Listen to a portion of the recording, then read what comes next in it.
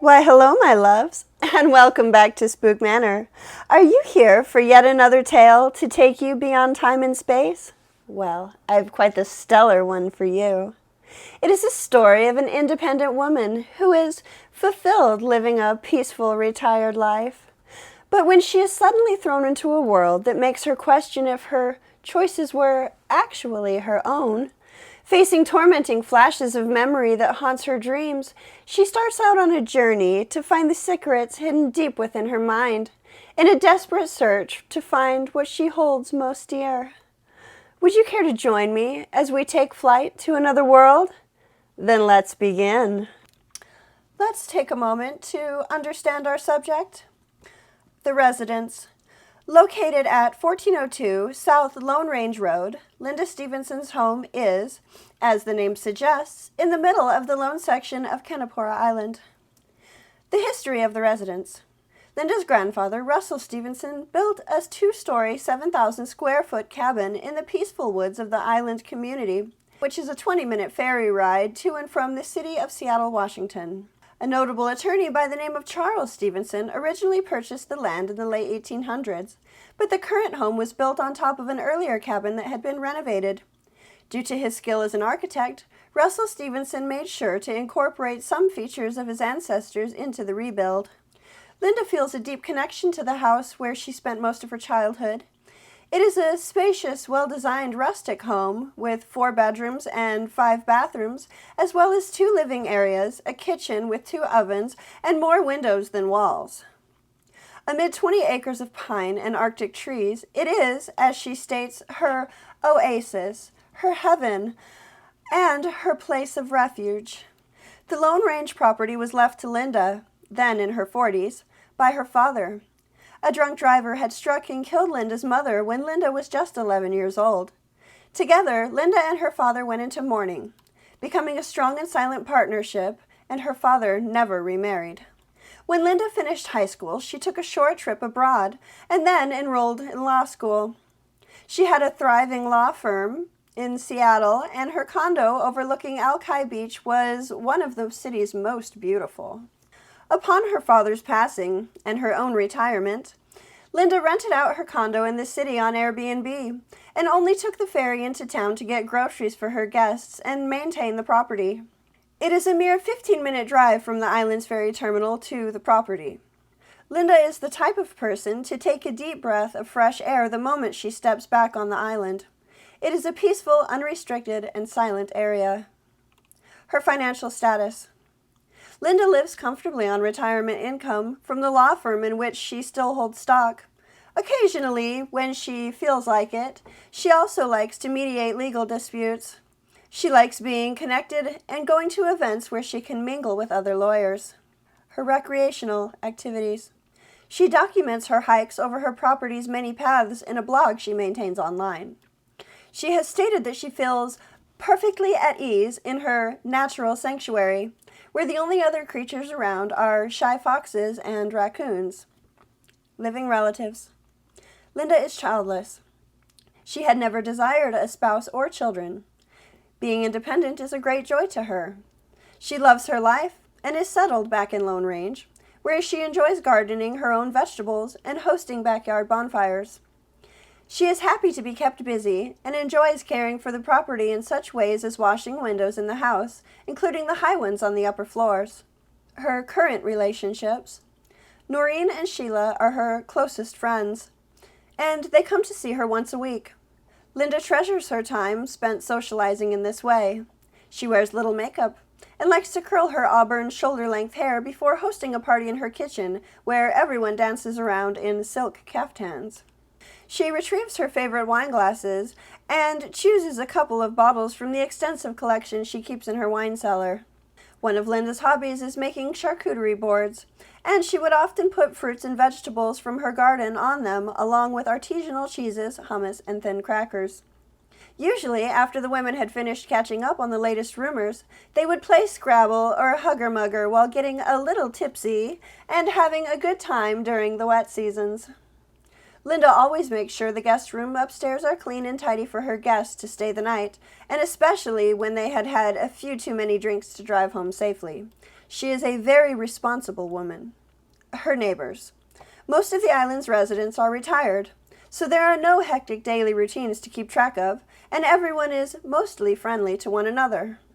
Report 1, Section 1, number 867. On September 25th, 2012, everything in Linda's reality had shifted.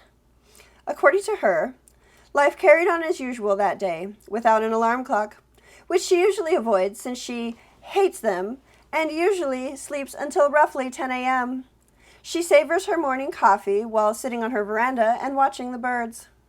Dressing in sweatpants and a t-shirt, she laced up her running shoes and headed out into the woods with her 2 female Siberian huskies, Suki and Lizzie. After an hour of exploring the forest's understory with her canine companions, the trio returned at 11 a.m., where Linda immediately got to work tending to her plants.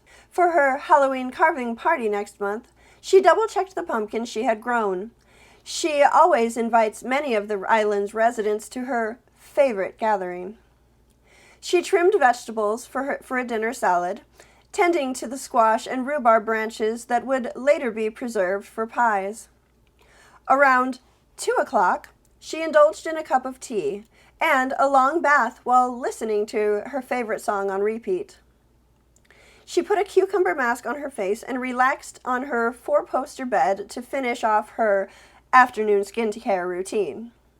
By 4 o'clock, Linda had prepared a nutritious spinach salad from the greens she had picked earlier that day.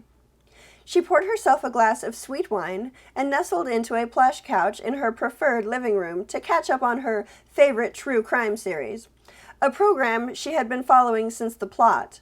She is apparently a rabid fan of the show, to put it mildly. Linda would subsequently characterize what transpired next as a time warp, one that made her question everything and has been driving her crazy to find the answers. This is Linda's account of what happened that night, according to Daniel Alabaster of the Centrifuge Society, who recorded and later transcribed the story. I was watching television, a true crime show. I love the stuff. The main character's burgundy button-down caught my eye. It was an incredibly stunning hue, it seemed. Then I realized I was gazing into the sun as it was going down. My house is uniquely designed so that this one room has a wide bay window where I can watch both the sunrise and the sunset. There was something unusual about the sunset this night. It was the most vivid display of color I had ever seen. Seeing it, I just couldn't tear my eyes away. The colors seemed fake to me. They were simply too lovely, yet I knew they were real. I was very awestruck. It was a Tuesday. I'm not sure why that matters. For some reason, that has always felt important to me. After a long nap, I opened my eyes to find a blinding, dazzling light pouring in through the window. A portion of me was still asleep. I wish I could claim it was all a dream, but I know better. There is a strong sense of realism about it. This wasn't a pure white light by any stretch. It was cloudy, with a haze that was either violet or blue, but was most likely white. Attempts to put it into words usually fall short. In fact, it lit up the entire room where I was sitting. At first, I believed it was a military helicopter from JBLM, but it was too silent. In fact, no whirs of helicopters were heard at all. There was no audible sound whatsoever. The absence of owls. The dogs did not even make a single bark. Daniel, it was audibly and completely silent. Eventually, I drifted off again, but this time I felt positively weightless. The sensation was like floating in water, except the bounce factor was significantly lower. It was mostly just empty space, floating. Feeling that way was a pleasant experience. I recall feeling relaxed and thinking, wow, it would be amazing if I could sleep like this every night. Then I promptly passed out. I really want to say that what followed was a dream, but I know it wasn't. I'm still trying to figure out what it was, but I'm not entirely sure. I woke up in a room. It was stunning in its beauty. I can't even begin to express the beauty of being inside this enormous spaceship. I was aware I was in a spaceship, but it was more like a planetarium, with glass covering the ceiling and walls and the entire cosmos visible all around me. It was a kaleidoscope of color, like something out of a Hubble shot. In that moment, it felt as though I'd teleported to another world. Please don't think me insane if I say this. I know it sounds crazy. Since I'm an adult woman who can think for herself, you can be sure that my concern about this issue is very real. Well, so now I find myself in this amazing planetarium, either on a ship or on another planet. Then there were these kids in the planetarium. Alternately, perhaps they were hidden in the bushes and watching my every move the whole time. To be honest, I'm not entirely sure. The bench I sat on appeared to be made of stone, but it felt more like metal. It floated in the air and supported my weight, even though it had no legs. The clothes I wore are still fresh in my mind. It was a silk nightgown, and it draped over and to the side of me while I sat. The color was that of a robin's egg. That's weird because I normally sleep sky-clad, or naked, if you don't know. I couldn't see my feet just because of the volume of the dress. Perhaps it was just my imagination, but I felt like I was flitting back and forth between being inside and outside of my body. In any case, the total number of youngsters was 4. Those kids, who looked to be about 5 or 6 years old, were too cute for words. Whether they were male or female is a mystery to me. They were dressed in silver bodysuits that looked almost like a second skin, and their hands and feet looked much like ours, very much human. None of them had any hair on their heads. There were 4 bald youngsters staring at me, and their eyes were so pretty and green that it felt like they could read my mind. They sounded very mature for their age. Their foreheads were notably larger than average. To be honest, I was both frightened and fascinated by them. Each one, in turn, greeted me with, "Hello again, Mother. Welcome back. We've missed you." With a simple, "Hello, my beloved children," I replied. Then I snuggled up to each of them, rubbing their adorable bald heads. That's right, Daniel. They were my offspring. It was as if I had always known they were my children. I mean, how? When exactly did I get them?